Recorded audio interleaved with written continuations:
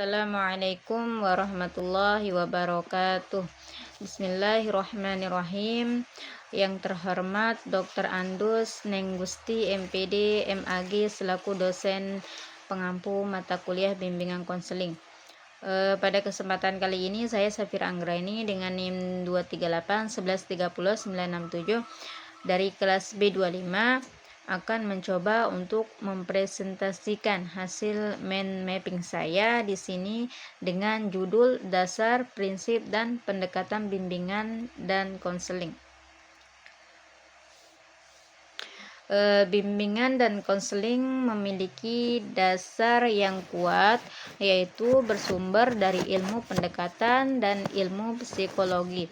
Dari sisi pendekatan, bimbingan konseling berperan membantu siswa dalam mengembangkan potensi diri, mengatasi kesulitan belajar, dan menumbuhkan kepribadian yang seimbang.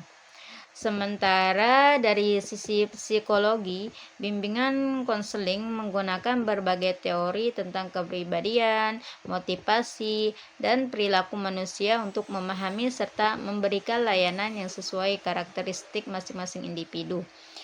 Selain itu, bimbingan konseling juga berpijak pada pendekatan individual, yang berarti setiap peserta didik dipandang sebagai pribadi unik dengan kebutuhan dan potensi yang berbeda. Selanjutnya, kita masuk pada prinsip-prinsip bimbingan dan konseling. Prinsip ini menjadi pedoman moral dan etika yang harus dipegang oleh setiap konselor agar proses layanan berjalan efektif dan berkeadilan. Beberapa prinsip penting diantaranya, yang pertama, keterbukaan, di mana konselor dan konseli diharapkan saling terbuka agar proses komunikasi berjalan jujur dan lancar. Dan yang kedua, kerahasiaan, yaitu menjaga informasi pribadi konseli agar tidak disebarluaskan tanpa izin.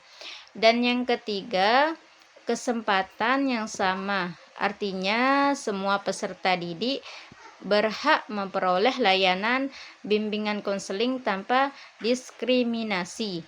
Dan yang keempat, kebebasan memilih konselor, tidak memaksakan kehendak, melainkan membantu konseli menemukan keputusan terbaik bagi dirinya sendiri.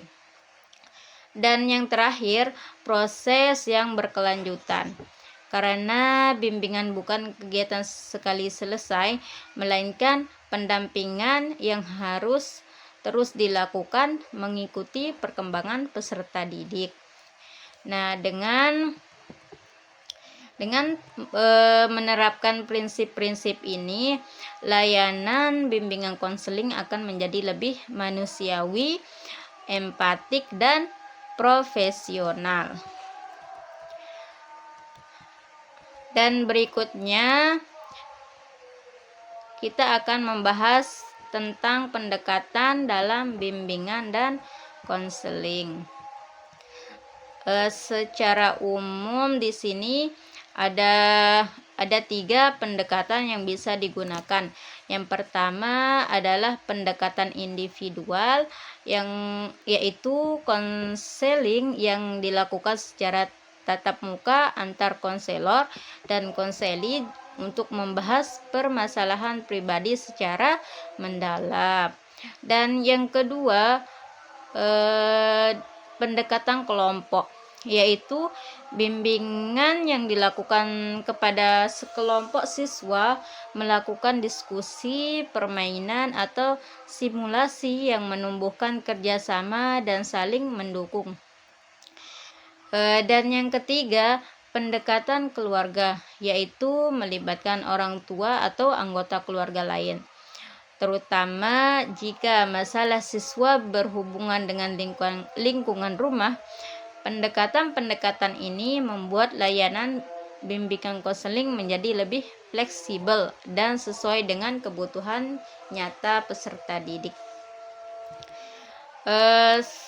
Sebagai kesimpulan, dasar, prinsip, dan pendekatan bimbingan dan konseling merupakan 3 komponen yang saling berkaitan dan tidak dapat dipisahkan.